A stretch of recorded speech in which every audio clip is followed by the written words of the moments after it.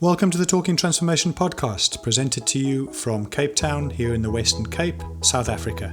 The podcast is presented with a view to providing a platform and voice for built environment professionals and interest groups who are working towards transforming the places and spaces here in South Africa. It's dedicated to the individuals and community groups who are supporting both the formal and informal processes that are shaping our cities and our spaces.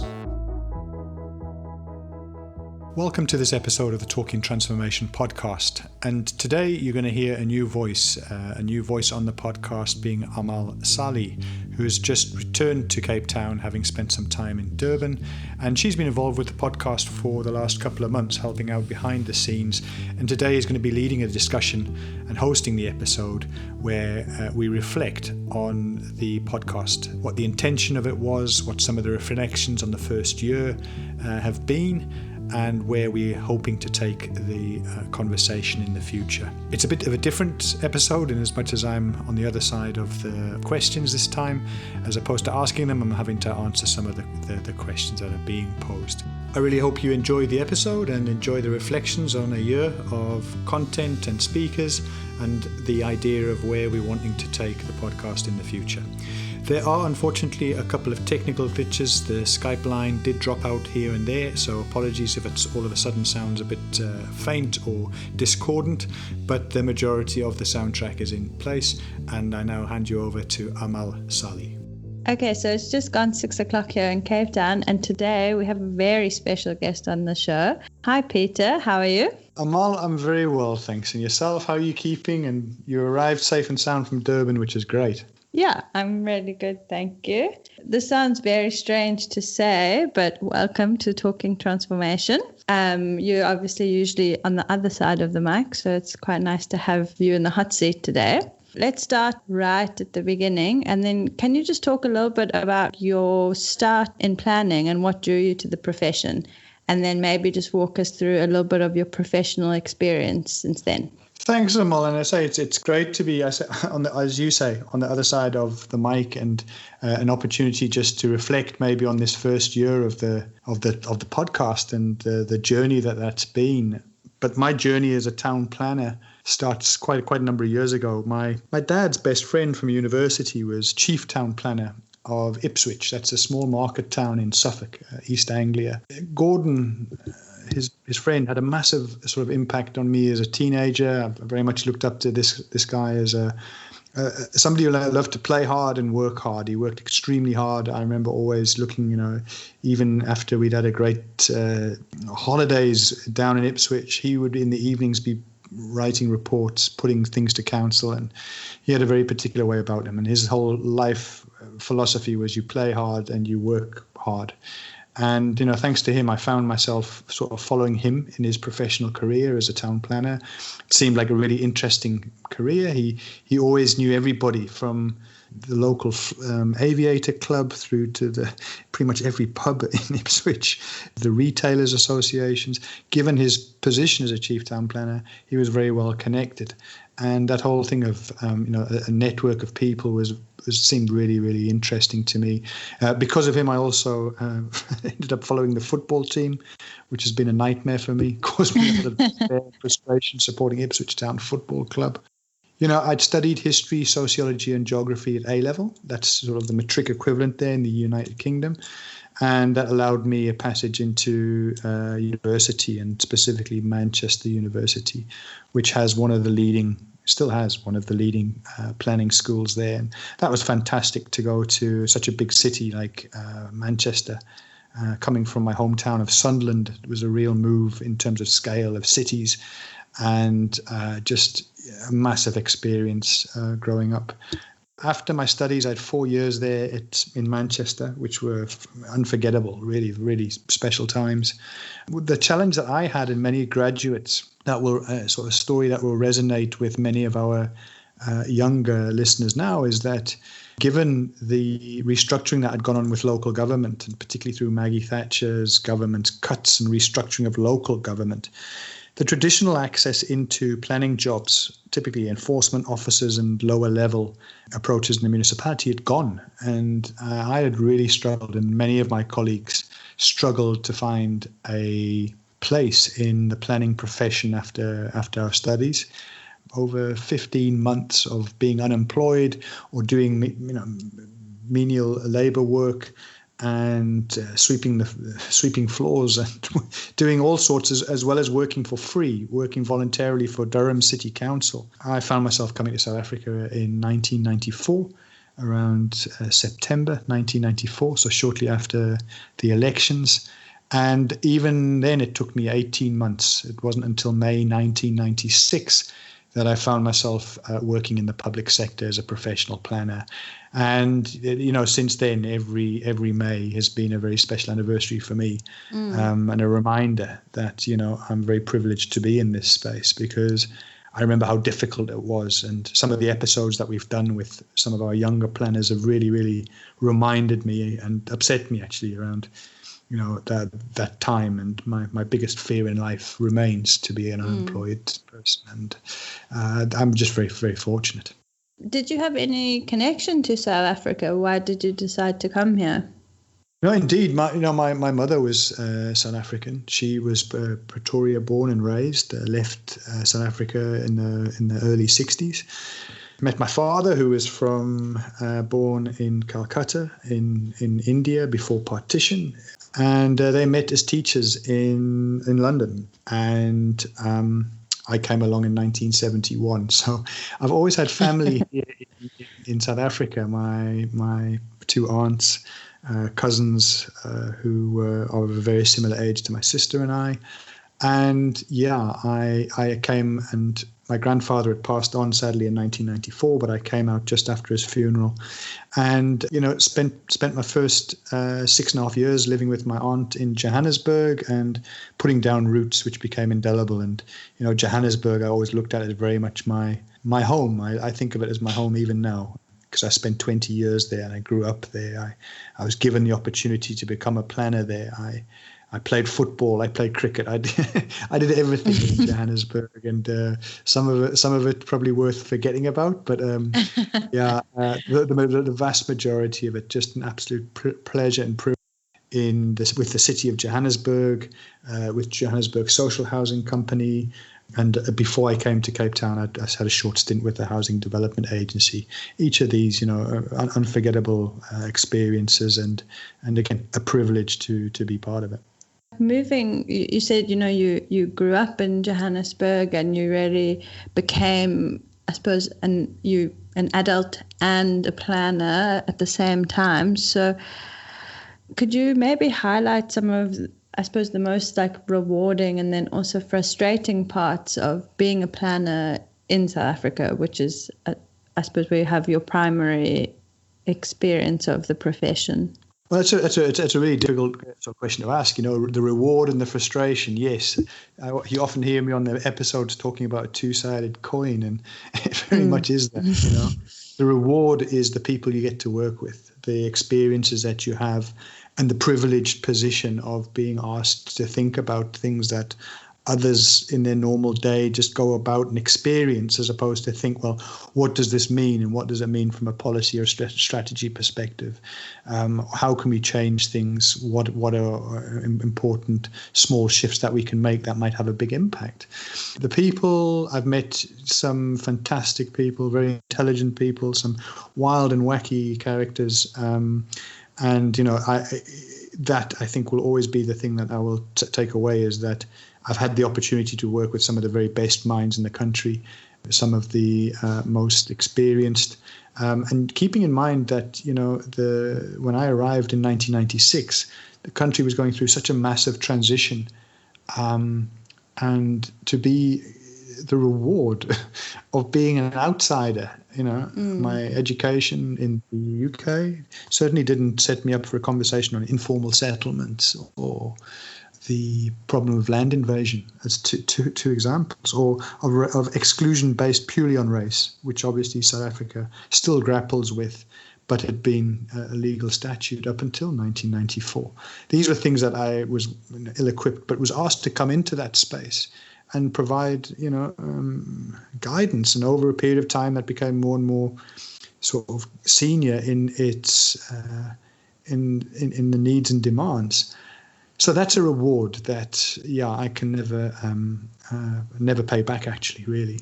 But on the other side, the enormity of the challenge is so a constant worry.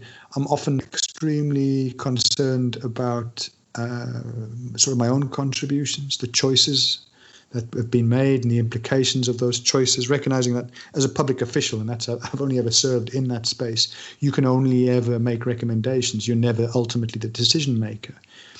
But it is important that the advice that you give and that the proposals that you're putting on the table are important and well thought through. This idea of evidence-based on the one hand, but also gut feel often has a big role to play. So the frustration is working in a public sector all my career where you've had to adapt to red tape and protocol, but you have to learn to work with it and not always fight it. I do think that this often seems to be cliques within the organizations, within the different, even within the planning profession, often a them and us between the public sector and the private sector, between land use planners and spatial planners, between the academics and the practitioners. There is often so many different, I'm going to say competitive spaces, but I guess competition is healthy to a point. And I just sometimes do ask myself, have we made the most of those opportunities as a collective during this period? And again, that's part of what the podcast was about, was to test, irrespective of your angle or platform that you're coming from or working within, whether you're the most experienced or the least experienced person. As long as you've got an interest, you're always going to be welcome in this space. And so, I guess one of my frustrations is we haven't made the most of it. I do think, and you'll have heard some of the more recent professional the podcasts on the profession, the questionnaire that I put out a couple of months ago. I would suggest that as a profession, we are, as professional town planners, we're in a crisis mode at the moment. We also seem to, if you want to take an issue-based aspect, something like the inclusionary housing, I think is a really useful illustration of where between the public and the private sector, we still seem to be missing each other on this as an issue. I think it was 2005 at the Financial Charter when that was signed. I mean, that's 15 years ago. And Cape Town is still putting out drafts. Johannesburg is down the line. But certainly from a national point of view, from a provincial point of view, we've never been able, and I've worked in all those spaces, provincial, I've worked in metropolitan, and a national space, and not been able to deliver on that. And I think that's a massive frustration from my side. But, as I would often say, it wasn't through a lack of trying. But the podcast, that's been one of the things of trying to bridge the gap. Have a conversation and celebrate the wins, because I think sometimes we do beat ourselves up too much and forget that there's some really good work that's been done, and that's important to reflect on. Yeah, that's actually the perfect segue into kind of the next question, and I suppose like the next part of the interview, and just kind of, you did touch on it a little bit already, talking about celebrating the wins and creating more inclusive spaces for people who are not just in the planning profession to contribute and talk about how, they make spaces or how they see spaces. So could you maybe just give us a little bit more about what prompted you to start Talking Transformation and kind of what you hoped to contribute when you set out, and maybe even like what you saw was missing in the space? Again, a really good question, and it takes me back. It was a eureka moment. I was sitting in an annual conference in Century City, and just got this idea that the presentations I was listening to and absorbing were all really, really interesting, really engaging material. And again, I'm going to use that word privilege again. Here I was being asked to attend as part of my work a conference where there was this amazing wealth of information. But I was really struck by this. You have to be fortunate enough to be invited into that space. And that typically comes with a cost, typically thousands of rand a day for a conference type of material. And that idea of saying, well, how do we get to an engagement and sharing platform that goes beyond your ability to pay for or attend? conference. At the same time, I think we're seeing more and more the way things change. Certainly before COVID, longer commute times for people in traffic, getting to work. Things like our cell phones have made things like podcasts, watching YouTube tutorials far more prevalent than it was even sort of five or 10 years ago here in South Africa. And it was this idea of saying, I want to establish a series of conversations. I want to establish an archive of material that, if nothing else, will stand as a reminder to me about people I've worked with, the conversations I've wanted to have, and that anybody else who wants to learn from or listen to that and even disagree with that is very welcome. We still seem to be stuck in, I'm going to say, a post-Zoomer funk around, of how fairly much despair. And one of the things I want to pick up on is, feeling of absolute, I'm going to say, elation and real excitement around the 2010 World Cup. And I've had to pinch myself so often 10 years later to say, am I living in the same country? I know I'm not living in the same city. I was in Johannesburg for 2010. I'm now in Cape Town.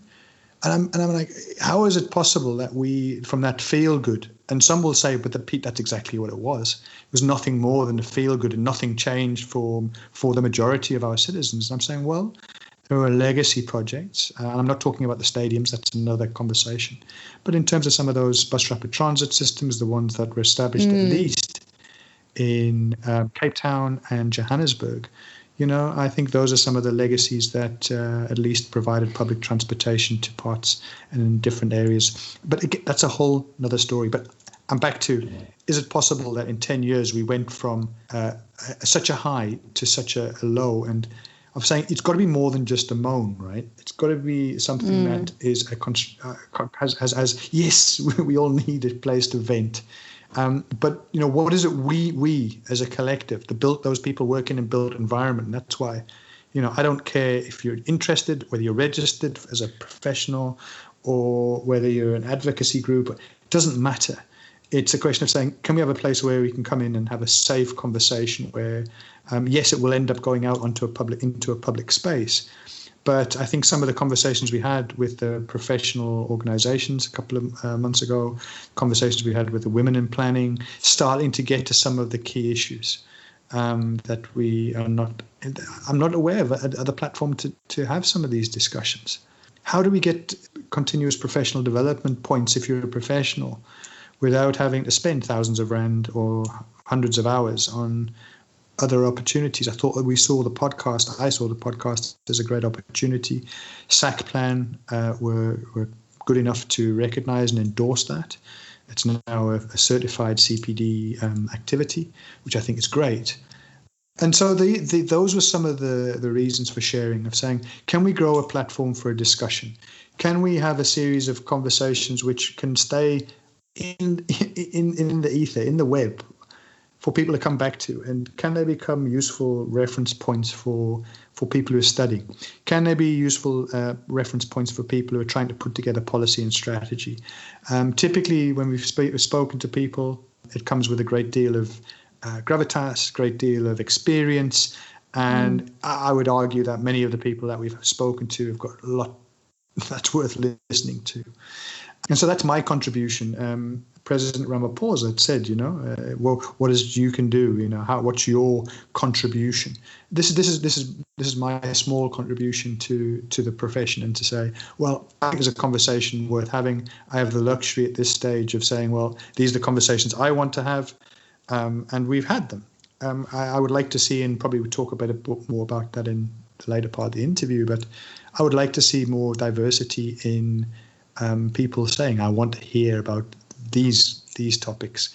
I think at the moment it's more of a one-way street of content being put out, but very limited feedback around, is this helping? Is this making any sense? You were talking about how you wanted, I suppose, to democratize access to very specific but useful information, that people at a high level had access to, and to create this archive of material, both for yourself and for a study material, or maybe reference material of which to build policy, Do you feel like you have been able to meet those aims through doing the show for just over a year now? I'm such a cliche, yes and no. Yes, the fact that What a planner's answer. Whatever happens from here on in. There you go. Hey, we're very good at sitting on the fence. And that's probably part of why we're at the situation. But I mean, let's be clear. I mean, I am delighted. I'm genuinely proud of and humbled by the fact that people have been willing to come for over a year now to have a series of conversations. I think we've put out, 30 episodes, and there's more if you include the bulletins and then the COVID diaries. The fact that people have been willing to give their time and the fact there is an archive of material, and particularly if you're interested in human settlements, I think there's a really strong thread there around the episodes that we try to do on the heart of the matter and the housing issue. I thought those are really useful. If you're interested in housing, boy, there's some really good speakers on there and people to listen to.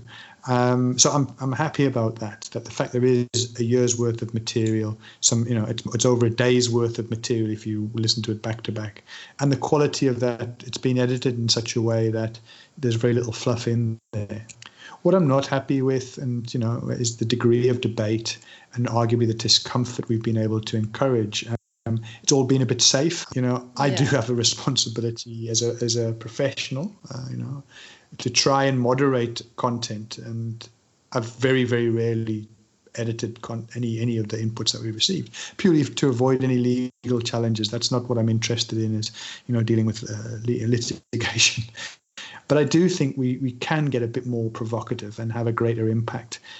The fact that we are cost-free means to gain professional points is an achievement and it has impact. But very few people took advantage of that during its first year.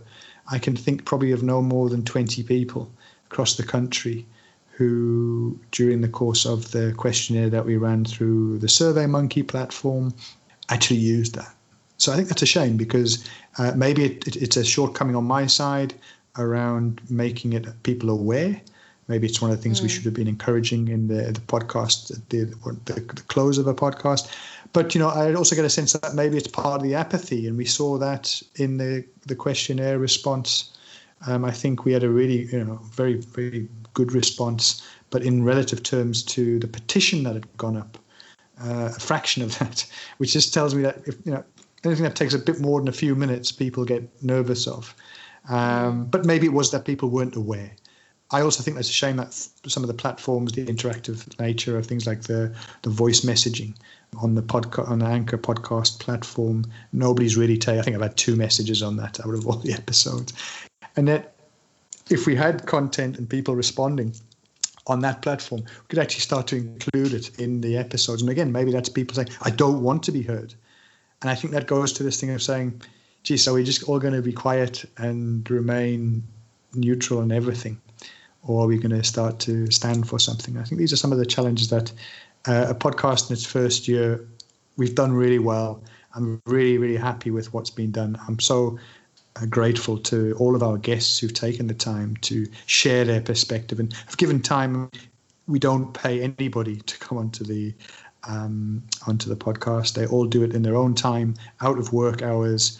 And it's a real privilege to have been able to engage with them. So certainly many more positives in terms of meeting objectives, which started off as nothing more than the end of that day of the seminar saying we need a platform. I think there's a way of doing it. It's going to be podcast based, and away we went. And here we are, a year on, just over a year, and there's an archive of material. Nothing more to say. So obviously this has been quite a journey. You've been doing it in and amongst your professional life and as a public servant. And so there are lots of things and elements that go creating a podcast, and then, from the technical side to the research to finding guests. And so I suppose what I want to know is what are some things that you've learned about yourself, and then also some of the skills you've gained from doing this podcast for a year? Well, I've learned to edit ums and ahs by Audacity. I must have edited 1 million of them over the last year. And to edit rain from the soundtrack, that's another one I learned. This is, I mean, in all seriousness, I've learned a great deal, and it's been a reminder of how to do things quickly and to adapt on the hoof. How to research, prepare, execute a conversation, and then to edit and package it and ultimately market it. And I think most people who are familiar with the podcast would know we've got a small but growing Twitter presence. We use LinkedIn through my own LinkedIn profile. The marketing needs a bit of thought and effort there, because I'm not a marketer, I'm a planner. So I'm still learning a lot on an episode to episode.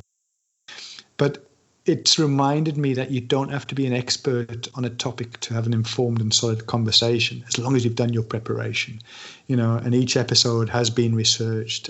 And at times we've pulled in extra capacity. We've had Kathy Stone as an example, as one of our fellow guest presenters on this, or hosts. But I think as the confidence that I've had has grown, and the ability to have these conversations and to say, we're growing in numbers. I think we're up to 6,500 people have listened to the episodes at this point.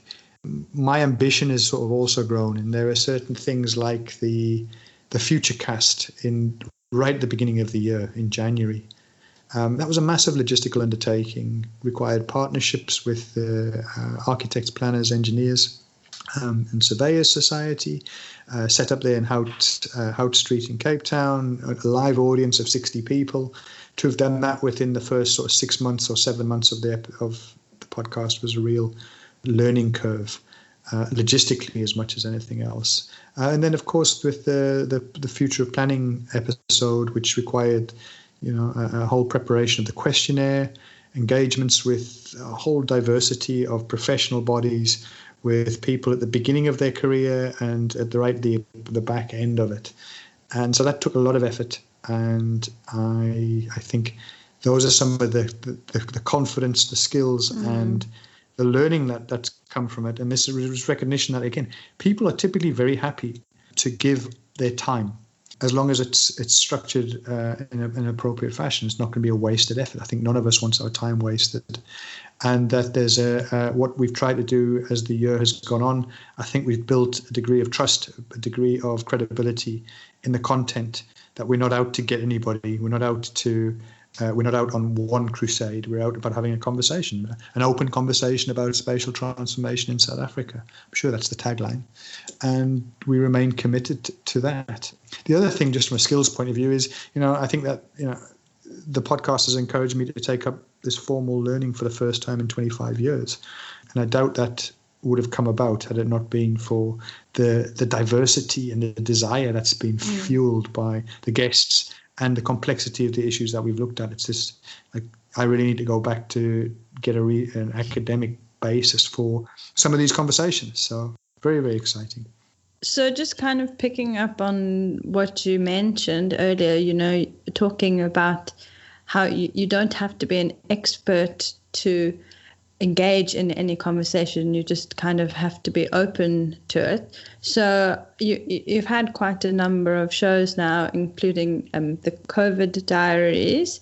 Is there any show that stands out to you, or any theme that surprised you the most during the course of the year?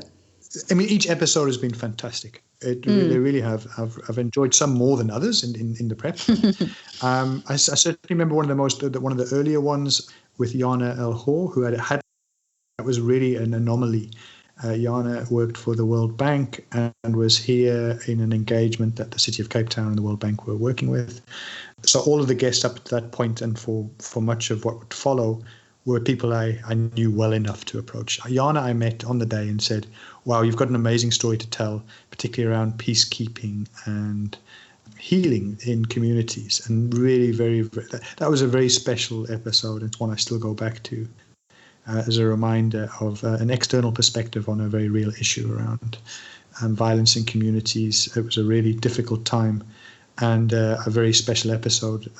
So it was less about the surprise as much as the value. The one that probably surprised me the most and really showed me up in my own ignorance, and if anyone's listened to it, it was on the food economy. It was a fantastic discussion with two real young guns who are really making noise around the issue.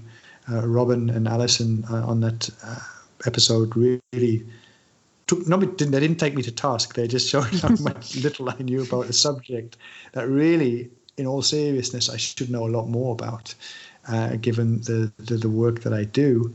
So that whole issue around the food economy was absolutely fascinating and was a surprise because, I thought I knew it, what it was about.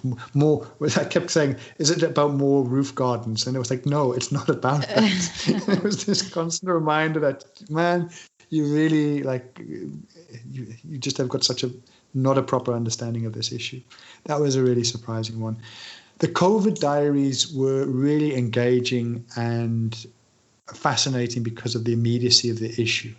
Again, the ability to reach out, I suddenly realized, I had people that I knew and were trusted friends and colleagues, ex-colleagues, and people I was meeting because of the COVID issue.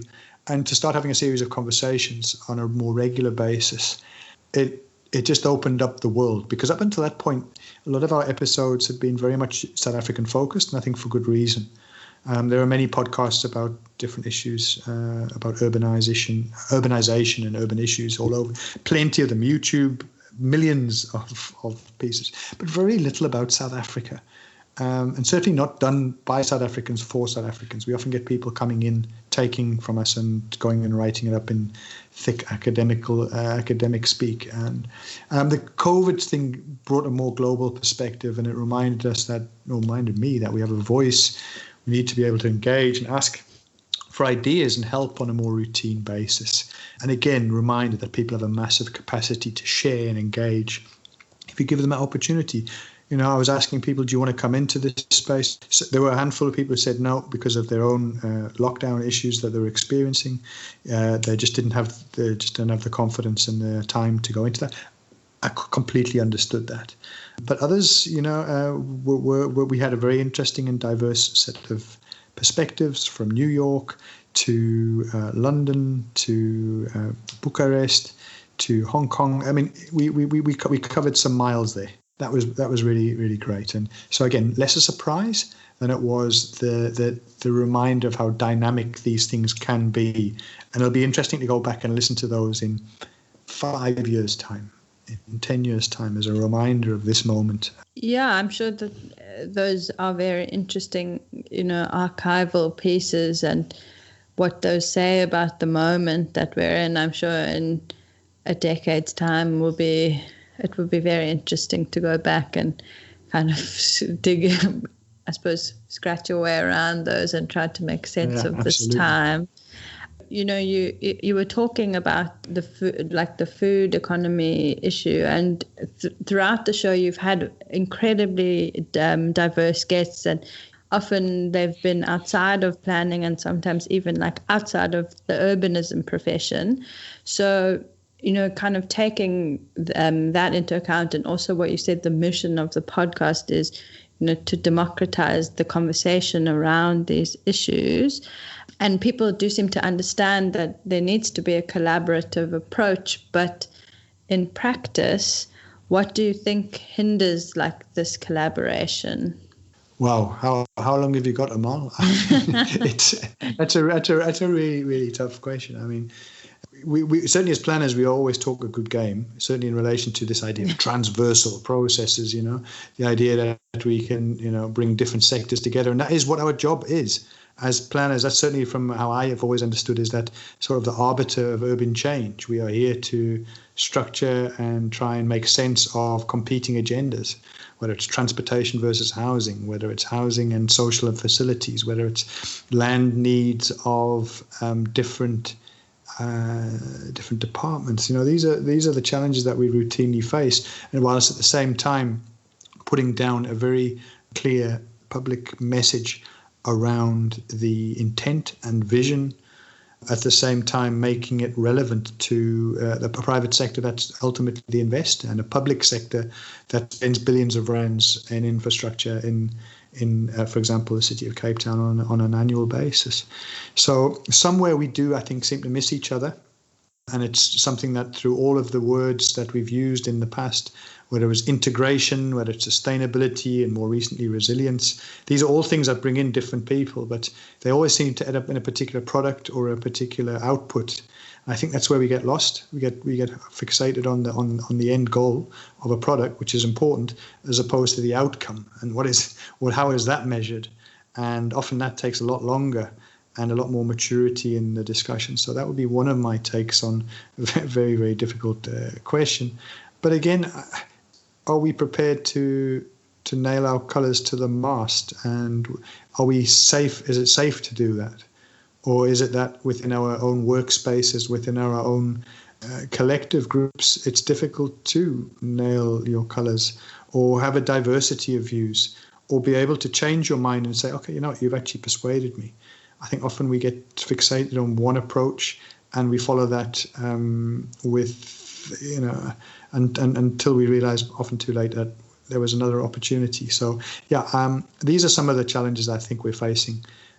Just, kind of taking a step back and moving away from the show. And this is obviously, for lack of a better word, and probably the most overused word of 2020, these are, unprecedented times, and it is a very difficult time for the planning profession, and I think for young graduates, like in particular. And you've had shows with young graduates, and you also you shared your story of being a young graduate at the beginning of the show.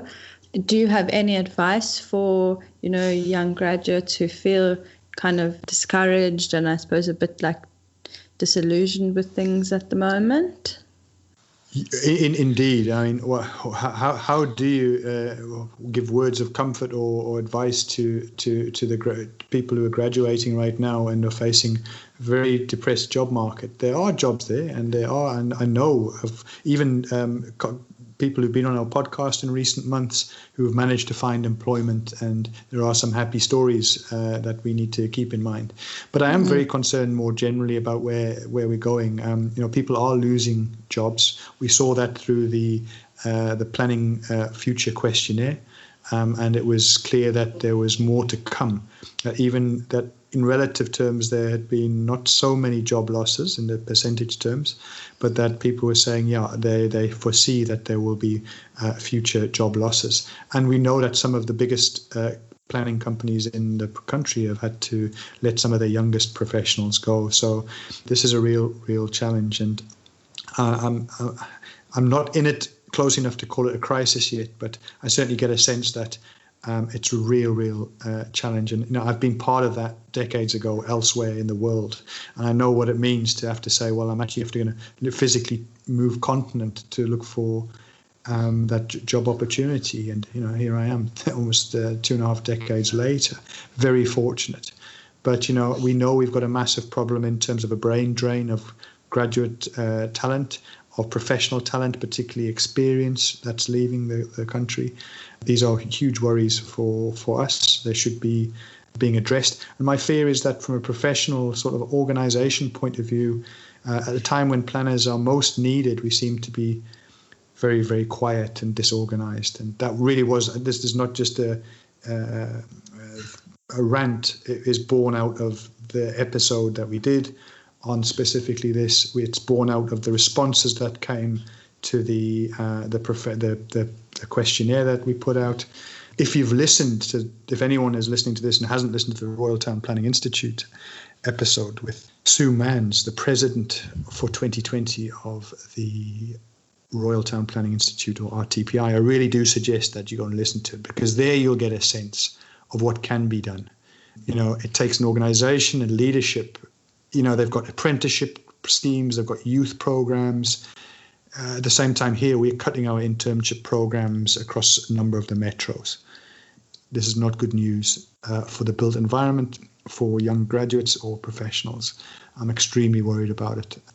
So my advice is you've got to keep going, and you've got to keep yourself sharp. You've got to keep yourself relevant. there are so many different learning opportunities now. Certainly, I would argue more so than in that period when I came out, when, you know, it was either going back to the library and studying with books. Now there is just so many different ways of doing it, of keeping yourself fresh and online.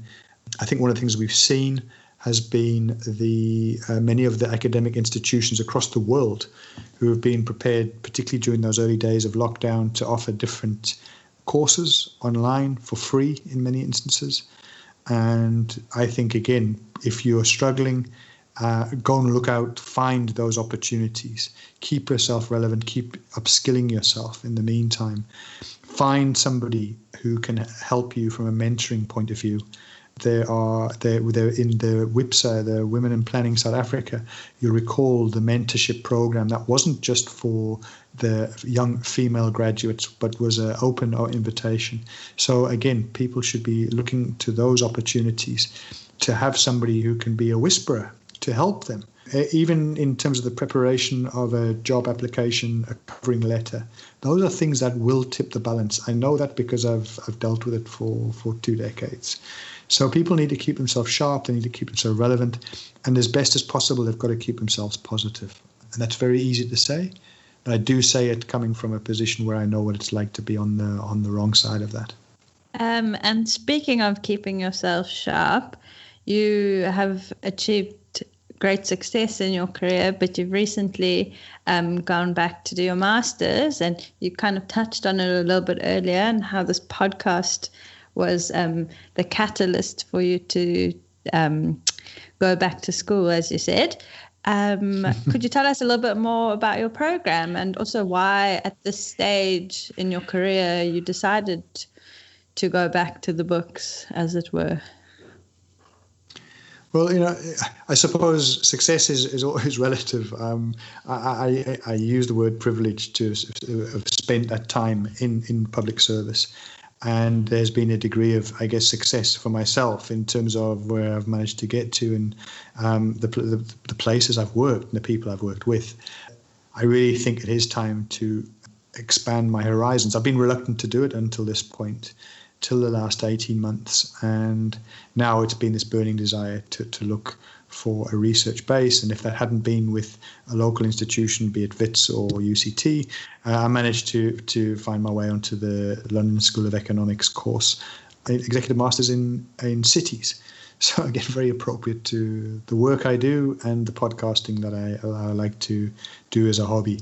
And so I'm basically in a virtual space and back in the city I was born, which is London. So hopefully in the new year, get a chance to travel still if travel arrangements do change. But in the meantime, it's just been an absolute privilege to engage with people from as far afield as Lahore, Ontario, Bogota, Australia, Sydney has been part of these discussions and cohort of the class. So yeah, it's absolutely fantastic. It's been a real privilege, and just really looking forward to trying to see if there's not content within that to capture and bring into the Talking Transformation podcast space. Yeah, that sounds amazing, and I hope that you keep us updated, and hopefully we can hear from some of your classmates, because from what I've heard, they sound like a very fascinating group of people with such a diverse background. And I suppose especially at this time, when we're kind of craving connection more than ever, I think it would be very helpful to hear even more diverse stories than the ones you've already covered. Looking ahead, what's in store for Talking Transformation? More from leaders in their field from around the world, more from the youth, more from advocacy groups, and I would certainly hope more from the listeners. I recognise it may well be a quiet year because of the studies, but we're going to talk just now about your involvement with the podcast and how I am wanting to keep that going during this period. Clearly, if we're going to look at potentially a reduced number of episodes, then the quality of the conversations becomes important. I'm hopeful that other initiatives and partnerships come into being in the coming few months, and we're busy discussing at least 2 options of partnerships at this stage. So there is interest, and people are wanting to get involved in different ways. There's also the World Cities on the 31st of October and the World Planning Day on the November the 6th, so all within a week of each other.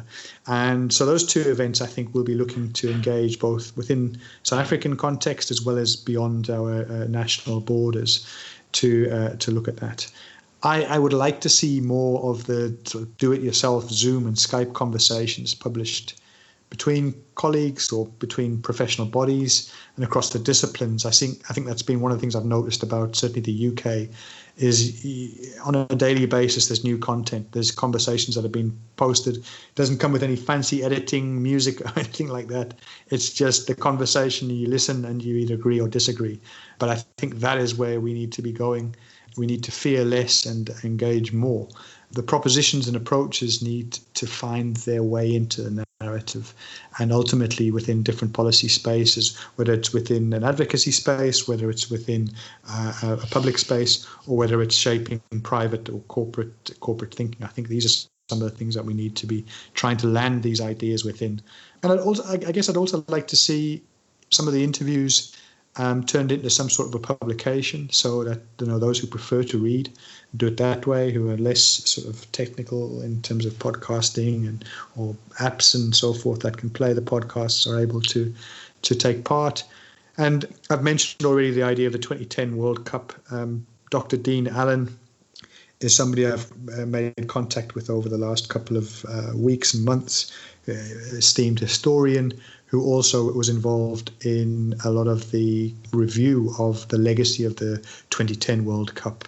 And so I'm really looking forward to hearing his take. I've already listened to one of his virtual engagements, and he's got lots to say and a very, very interesting and powerful way of presenting that. So it'd be interesting to hear somebody's perspective 10 years on around what was that legacy of 2010. Where can people get hold of you and learn more about you and the podcast? So you can find me on the LinkedIn platform. So that's is Peter Ahmad. That's AHMAD as opposed to MED, which often people get misspell. And the Twitter platform is Talking Transfo and the number 1. That's the platform that we enjoy there, and you can always engage with us through that perspective. I guess the one thing that we haven't talked about is your involvement, and maybe just a quick introduction to yourself, Amal. Perhaps you can tell the listeners about your interest in the podcast, your academic background, as well as your work is almost the ideal match for working with us here at the Talking Transformation podcast. Maybe tell us a bit about yourself and your recent move from Durban across to Cape Town. I am originally from Cape Town, and I have a degree in journalism and politics, and I also completed my master's in city planning from UCT last year. And currently I'm working as a writer and a copy editor for a podcast company. And Pete and I kind of had a serendipitous encounter on LinkedIn. And yeah, the podcast has been a good merge of my two skill sets, having come from a journalism background and then also doing this exact kind of work right now. Also, obviously, my interest with urbanism generally. Well, I'm certainly looking forward to working with you, Amal. It's going to be great. And I say that background in CV reads really couldn't be a better match for what we're trying to achieve here. So welcome on board, and thank you very much for having this idea to at least reflect on the year. My role is often to take a very back seat in the discussion, and this has been really interesting, and thank you for suggesting it and allowing me to reflect on the year. It's been an absolute privilege, and I'm really looking forward to what comes.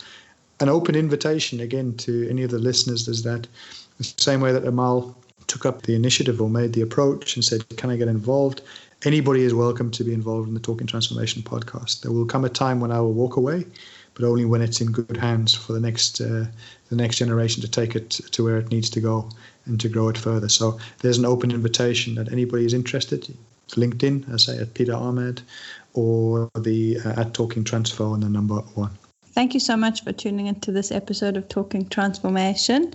Forward to having you join us for some of the future discussions that we hope to have. Please don't hesitate to get in touch. Amal, thanks so much. Really appreciate you being part of this, and thanks for hosting the show tonight. All the very best, and welcome back to Cape Town. Thanks so much, Pete.